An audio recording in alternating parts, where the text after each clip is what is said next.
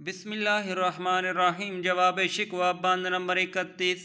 چشم اقوام سے مخفی ہے حقیقت تیری، چشم اقوام سے مخفی ہے حقیقت تیری، ہے ابھی محفل ہستی کو ضرورت تیری، اے مسلمان ہے ابھی محفل ہستی کو ضرورت تیری۔ چشم اقوام یعنی قوموں کی آنکھ، مخفی کہتے ہیں پوشیدہ کو، اور محفل ہستی سے مراد دنیا ہے۔ علامہ اقبال فرماتے ہیں کہ اے مسلمان،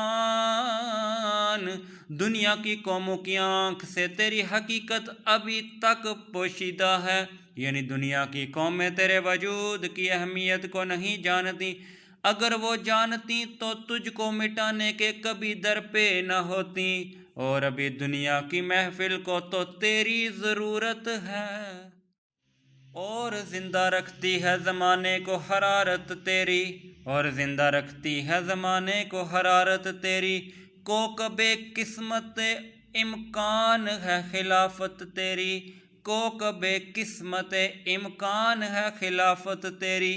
حرارت کہتے ہیں جذبے کو، وجود کو، اور کوکب ہستی امکان یعنی دنیا کی قسمت کا ستارہ۔ علامہ اقبال فرماتے ہیں کہ اے مسلمان، تیرے ہی وجود کی وجہ سے زمانہ زندہ ہے، اور تیری ہی خلافت یعنی اسلامی حکومت دنیا کی قسمت کا ستارہ ہے، اور وقت فرصت ہے کہاں کام ابھی باقی ہے، وقت فرصت ہے کہاں کام ابھی باقی ہے، نور توحید کا، نور توحید کا اتمام ابھی باقی ہے۔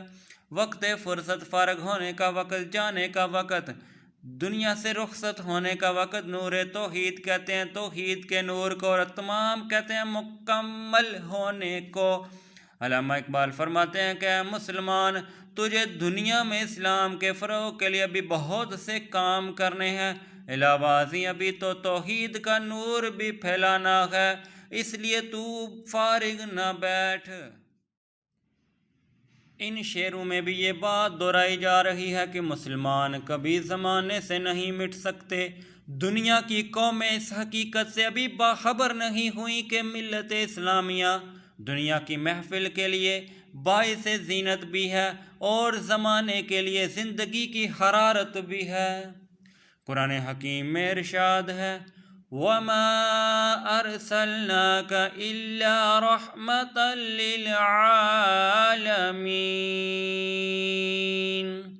اے رسول، ہم نے آپ صلی اللہ علیہ وآلہ وسلم کو تمام جہانوں کے لیے رحمت بنا کر بھیجا ہے۔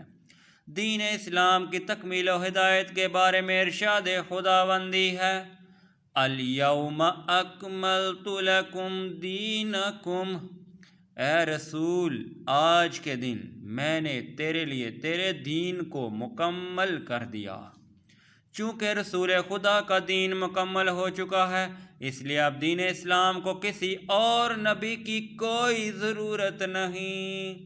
دنیا والوں کو اسی دین سے اب نور ہدایت حاصل کرنا ہوگا۔ مسلمانوں قدرت کا یہ اٹل اصول ہے کہ وہ کسی مفید شے کو مٹایا نہیں کرتی۔